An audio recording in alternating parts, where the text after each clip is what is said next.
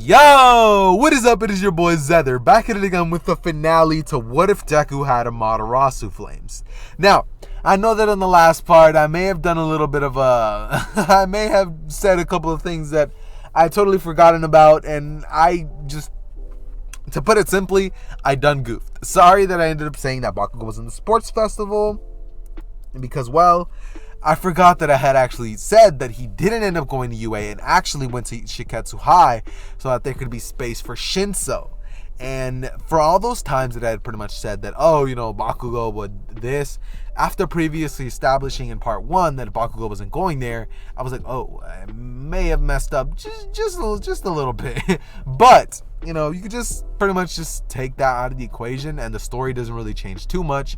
So I don't really think it was that big of an error. But, addressing that's all I pretty much wanted to say. Now, before the video actually gets started, we're just going to go ahead and get into the recap and then get started. Alright, so pretty much where we had ended up leaving off was pretty much just covering the USJ attack. We ended up going over the USJ attack as well as Cammy and Momo fighting over Deku and establishing the relationship between both of them. We'd also talked about how Deku had ended up beating the Nomu. They ended up doing a little bit of studying. And then we went into the, the sports festival, as I just mentioned. And Deku had actually ended up winning them. And we had pretty much just left off with Deku picking his hero name, which he ended up picking as the Black Flame hero, Itachi. As that name just rung a bell in his head. Like anytime that he just felt like it was normal to him. As this is when we're now actually going to be covering the internships, as I had left off on a bit of a cliffhanger, not telling you guys where he actually was going to be interning. So, where he's actually going to be interning is actually, we're just going to be throwing him in at the point where he pretty much just was deciding where he was going to be going. Now, this is when everybody would ask Deku, where are you going? As Shinso would look at him and say, yeah, where are you going, Deku? As this is when Deku would look towards Shinso and say, I'm going to be going to Endeavor's agency. As this is when everybody would say, what? You're going to go to Endeavor? As Todoroki's ears would just perk up and say, what? Where are you going? As he would then give Deku a bit of a stare after Deku had pretty much humiliated him in the sports festival. As Endeavor would have seen that and would have actually wanted to use that to push Todoroki to get stronger. As that's the reason that he sent, the thing to Deku. As this is when Deku would proceed to get his stuff together, as he would talk to Shinto and ask him where he ended up going. As Shinto would tell Deku that he ended up going with the hero Aizawa, their teacher. As Deku would say, what? You went with Aizawa? Aizawa sensei, why? As he would say that he actually wants to teach me how to use the scarf that he uses. As Deku would say that that's actually a pretty interesting fighting style. That's something he wouldn't mind implementing into his own style as well. As this is when Shinto and Deku would bump fists and they would go off. As Cammy and Momo would say, aren't you forgetting something? As Deku would say, yeah, right. As they would go over to Cammy's house, and this is when they would start studying, because Deku forgot to give them the studies, He really went in there and he started studying pretty decently. As, Cammy and Momo, by the end of it, they would have said, all right, go get him, Tiger. The cringe. Anyways, as this is when Deku would have taken the bus along with Todoroki. Now, when they were getting there, Todoroki and Deku would have ended up talking about, what had ended up happening in the USJ. The sports festival. As at first, things would be a little heated as Todoroki would say, what do you want with my father? As this is when they would proceed to get to know each other's perspectives. As the thing is, Todoroki didn't like Deku because he didn't know that Deku wasn't like his father. Because to Todoroki, anybody with a fire quirk is awful, and he just has a little bit of a vendetta against anybody who, all around has a fire quirk. As Deku would explain his side of the story, saying that he thought that Todoroki thought he was better than him because he was the second son. As Todoroki would begin to explain that, being the number 2 hero's son isn't exactly the greatest thing in the world. As Deku would say, what do you mean it isn't? As this is when, Todoroki would begin to explain to Deku the situation that he's currently in. As Deku would proceed to hear him out, and this is when he would finally understand what Todoroki means by that. As he would then look towards Todoroki and say that he's sorry, he didn't know. As Todoroki would say that it's fine now at this point. I mean, it already happened. And he would proceed to look towards Deku as he apologizes as well, telling Deku that he didn't realize that Deku wasn't, like Endeavor. That, anytime he just sees a fire quirk, he just seems to have something go off inside of him. As he just wants to crush anybody with a fire quirk because, That's the reason that he doesn't use his fire quirk, because he doesn't want to be like his old man. As Deku would say that just because he has a fire quirk doesn't mean that it's gonna make him like him. Just because two people have the same quirk doesn't mean that they're going to use it the same way. And that also doesn't mean that they're going to become the same person. Everybody's different and everybody has a different approach to things. Your fire quirk can be used to save people, just in the same way that mine will. My flames aren't always destructive, you know. As Todoroki would say, what are you talking about? And this is when Deku would proceed to to create fire from his hand, as he would then put his hand on Todoroki's face, and Todoroki would expect to, pretty much burn his face. As Todoroki just feels the flames on his face, it doesn't burn. As Deku would say, see, with the proper control, not all flames will burn. As this is when they would arrive to Endeavor's agency, as he would say, Shoto! As he would then proceed to pretty much begin to tell them both that they're going to be doing some hero patrol and some sparring with each other. As for the following week, they would proceed to get into some sparring and some hero training. As at first, Deku wouldn't really mind too much, as, Endeavor was, pretty much just doing what he thought that was normal. But after a while, he realized that Endeavor was pretty much treating him like garbage. He would treat Todoroki and put him on some pedestal, as Deku wouldn't pretty much get the same, treatment that Todoroki did. Of course, that's his son and it was expected, but he didn't realize it was going to be this bad. As this is when Deku would actually ask Endeavor why he's doing this, as Endeavor would give him a stare, as he would then say, you only came here to further push Shoto to push beyond his limits. And all I want to say is thank you for helping him finally use his fire. As this would actually be the particular day of the Hosu incident. As this is when Deku would say, so you used me? As Endeavor would say, I wouldn't say it's used. I would just say that I took advantage. As this is when Deku would say, oh, okay. As Endeavor would just say, so what? What are you going to do about it, kid? As Deku would proceed to say, oh, nothing. As this is when Endeavor would say, that's what I thought. And this is when Deku would look towards Endeavor and just stare at him, as he would then say, you know what? How about we have a little bit of a sparring session, Endeavor? As Endeavor would proceed to look towards Deku, and this is when Deku would proceed to look at him, and and Endeavor would say, your funeral, kid. It doesn't really matter. You're going to lose either way. As Endeavor would start the battle, pretty much going about things. As he would rush towards Deku and send a punch straight at Deku's face. As it would go straight through Deku. And this is when Deku would solidify himself as he runs up to Endeavor. As he would pretty much grab him by both of his arms. As he would run up Endeavor's body, and begin to kick him in a flurry in the same way that, what's his name? The guy from Mortal Kombat would do, Liu Kang. Yeah, he would do that type of kick. As he would then kick Endeavor's face one good time, sending him hurling into the ground, as Endeavor would grab his cheek and shoot a burst of flame straight at Deku.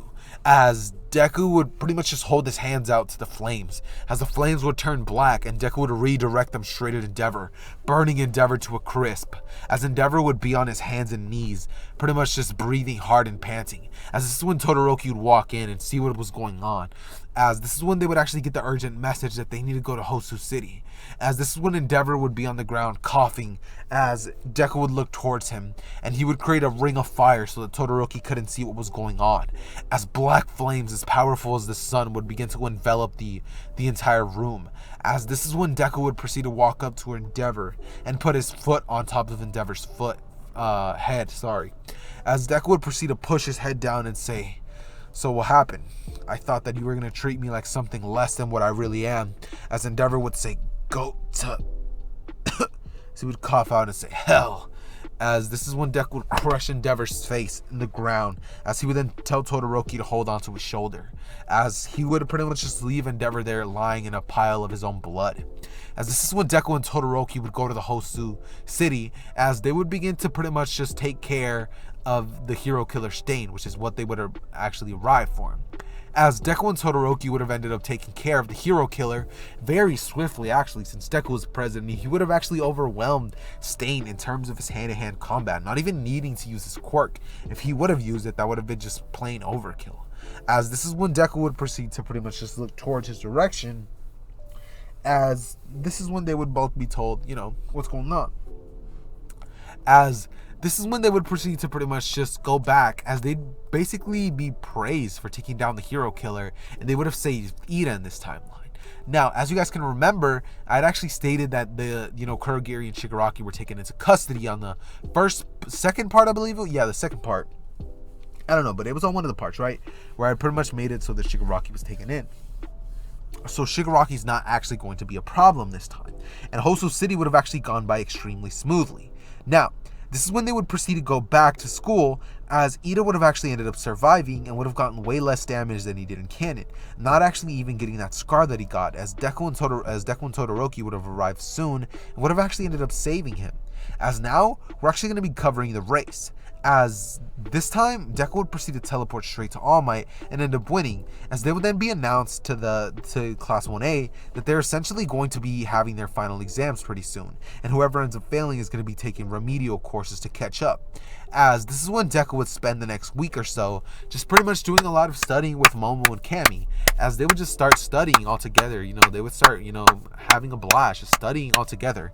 As this is when Deku would pretty much just take the final exam, as this version of Deku actually has an IQ that is very high, so this version would have actually not even had to study. He would be way smarter than Momo, and he would have ended up acing the exam all by himself, not really having to have any real difficulty. And this is when we're now actually going to get into the fight between All Might versus Shinso and Deku. As Deku and Shinso would have decided that they're going to use nothing but their physical prowess to pretty much try to take All Might down. And if things come to worse, Shinso will just catch All Might into his quirk. As this is when they would look towards each other and nod, as Shinso has a voice changing device that he has in the anime, as this is when Deku would proceed to pretty much rush in at All Might, as he would begin to land the first couple blows. And this encounter would pretty much go down as the Obito versus Kakashi fight, except it's going to be two people against one. So All Might would be on the back foot the entire time, as Deku would rush up to All Might and would begin to hit him with a flurry of kicks, as Shinso would come in from behind and ravel one of his arms with a scarf, the same arm that All Might was going to try to punch Deku with, as Deku would sweep All Might's legs from the ground, hitting him with enough force to send All Might tumbling down to the ground, as Shinso and Deku would proceed to overwhelm him with a flurry of blows and kicks, as they would proceed to grab Deku, as All Might would proceed to grab Deku by the face, but right as he does, Deku would turn himself intangible, as Deku would say not to touch him again, as Deku would kick All Might, sending him flying back, as All Might would have been kicked out of the entire arena, as this is when Shinso and Deku would have decided that they may have gone a little too far, as Shinso would look towards Deku and say that that was pretty cool, as this is when Deku would say that, yeah, it's pretty awesome, I guess, as this is when All Might would pretty much just be holding his face, as he had pretty much had a broken nose and a concussion after that kick, as Recovery Girl would have healed him, and this is when Shinso and Deku would end up passing. We're now actually going to be covering the pretty much the forced training arc, as actually this entire arc would not really be relevant, as in this version of events, as you guys may recall, Shigaraki was actually captured, so that means that there will never actually end up being no League of Villains attack, meaning that there won't really be any reason for me to cover this arc, seeing as there will really be no real conflict. So during this time, things are just going to be normal, and Deku would proceed to pretty much start studying with Momo and Cammy, as well as helping train them both out, meaning that by the end of this, Momo, Cammy, and Shinso would actually be way stronger than they were in the original canon, seeing as, this version of Deku would have actually trained them in hand-to-hand combat, and Shinso would have actually shown Deku the basics of using the scarf, as Deku would have decided that it's not for him, but he would actually just keep using his chained kunais, as that's what Deku would actually enjoy using more than anything else, as he could also create whips of fire that won't actually burn you and will be very solid, as Deku doesn't really need to use a scarf, but he thought it would just be something cool to learn how to use, something to add to his arsenal, as this is when the entire force training arc would pretty much just go by as it was intended to, and just go by as a normal event, as nobody would actually end up getting captured and nothing really would go down, as we're now actually going to go ahead and skip on over to the licensing exam, which would pretty much be really, really boring. See, in this version of events, nobody would actually feel the need to actually go off on their own, as soon as the entire thing started, Deku would have created a dome of fire, which would have pretty much burned every single ball that came in their direction, and Deku would have then proceeded to basically take everybody out who was coming at him, as he would have basically grabbed some of his balls and basically just proceeded to touch every single person's little tags that they have on them, as Deku would have ended up helping Cammy and Momo take a couple of people out. And in this version of events, nobody would have actually ended up failing the exam, seeing as Todoroki and Bakugo never even got the chance to run off on their own and commit the same mistakes that they did in canon. And when Gang Orca showed up, it was pretty much just a one-sided massacre on Deku's side, as Shinso would have been there on the sidelines, as Shinso would have actually catched, Gang Orca with his mind control quirk, as Gang Orca would have been taken down very swiftly before Inasa and Todoroki could have even proceeded to start arguing. So this means that they both ended up getting their hero licenses, and this is when, they would pretty much just go back to class, as this is when we would now actually just have them meeting the big three, as that encounter would pretty much go by normal up until when they actually get into the little arena that they're in. As when Mirio would actually start pummeling everybody else, Deku would have actually, when Mirio was about to punch him, Deku would have became intangible, and Mirio would have actually noticed that Deku has that same ability as him, as this is when Mirio and Deku would proceed to get into a battle in which they're both pretty much trying to see who can outsmart the other and, get the other one on the back foot, as Todoroki and Deku, Mirio and Deku would be having a very intense battle in which neither one of them is giving up.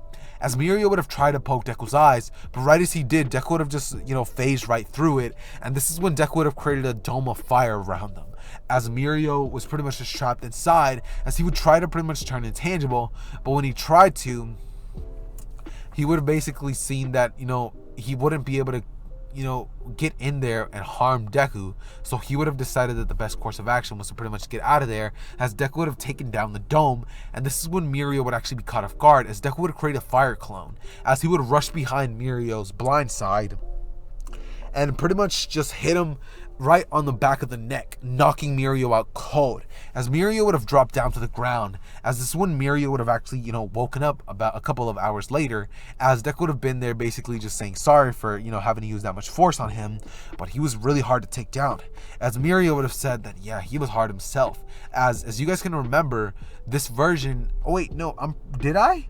There's one thing that I'm not too sure about. Did I end up giving Shinso one for all, or did I just have it be normal? Honestly, I forget these things sometimes, and sometimes I just be like, what did I do again? Because it just be like, sometimes I just be forgetting things. As, yeah, Shinso in this version would have had one for all. I was about to say that Mirio had it. Anyways, okay, so this is when Deku would take down Mirio, and Mirio would then proceed to tell Deku if he wants to go to his agency. As in this version of events, Deku would have actually ended up saying no, and he would have actually gone to a different person, as All Might would have actually suggested to Deku that he should actually go train with his, his old master, Gran Torino, as he may be able to teach him a couple of things that Deku would have never thought of. As Gran Torino in this version, we're actually going to be changing his personality a bit, making him a little bit more like Jiraiya, so Deku's pretty much internship would have just gone by a little more funnier and just way more boring, honestly. There'd really be no real encounters. And in this version, Shinso would have actually been the one who went with Overhaul.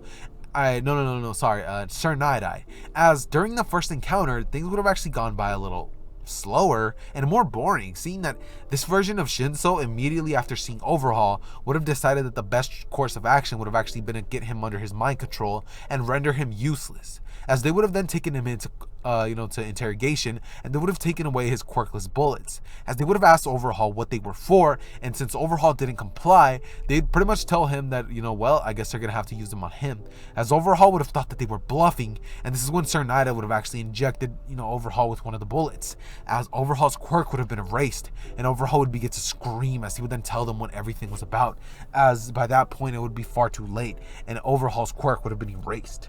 See, at this point, Deku would have just been having a normal internship, and things would have gone by very, very slowly, as in this version, Overhaul would stop being a threat, And now that that's done, Deku would pretty much just have nothing really left to do, as we would now actually pretty much just have a couple of things happen. The rescuing of Eri, which they would have actually had, Deku involved in, but since, there was no overhaul, this entire situation would have actually gone by a lot more smoothly. Deku would have ended up helping Sun Eater take out the villains that he was dealing with, and Deku would have actually stopped Mirio from getting his quirk erased by that other villain that was there who erased it in the original. He would have ended up saving, Eri, and Mirio would still end up, being with Eri, helping her rehabilitate, as that's not exactly Deku's personality. He's not exactly that type of person in this version, as Mirio would still end up helping Eri, and this is when they would proceed to have this festival.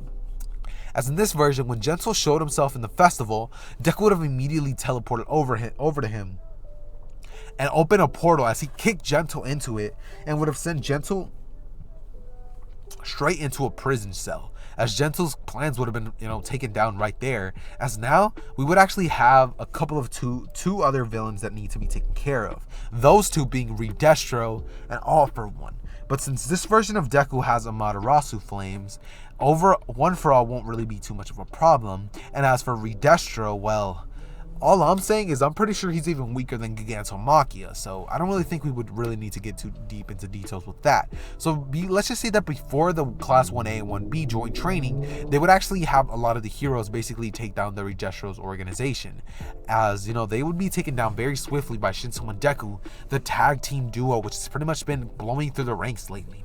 They've been estimated to be the number 1 and 2 heroes by the time that they get out of 1A, and them two have had a very prestigious name going around as Shinso and Deku, the ones who took down Stain. Shinso took down Overhaul before the battle could even start. Having Overhaul not cause any collateral damage and making the entire situation go by smoothly.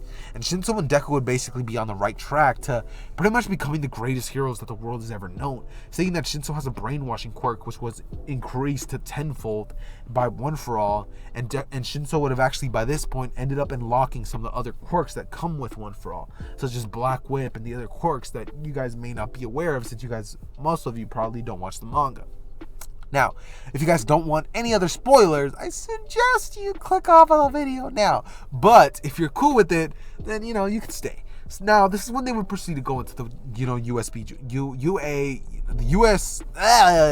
the Class 1A versus Class 1B joint training arc, as that entire situation would have gone by very smoothly, as, Deku's team would end up winning, and everything else would pretty much go by as canon, except this time there'd be no Bakugo on the other team, so that team would actually end up losing. Now, this is when we're now actually going to be finishing the series. I hope you guys enjoyed What If Deku Had Amaterasu Flames, or What If Deku Had Black Flames. It's pretty much the same thing. But with that being said, guys, I hope you guys enjoyed this amazing series, as it was extremely fun for me to, do, as I love Itachi, you guys love Itachi, and we all love Itachi. Come on, let's just be honest. Itachi. That guy 12 reference. But anyways, if you guys have not seen his version of this, you guys should definitely go check it out, as he did What If Deku Was Itachi's Reincarnation, I'm pretty sure. So if you guys are done with this and you guys want to find another Itachi series, you guys could definitely go check that out. But with that being said, as always, guys, you know the drill. It has been your boy Zether, and I am out. Peace.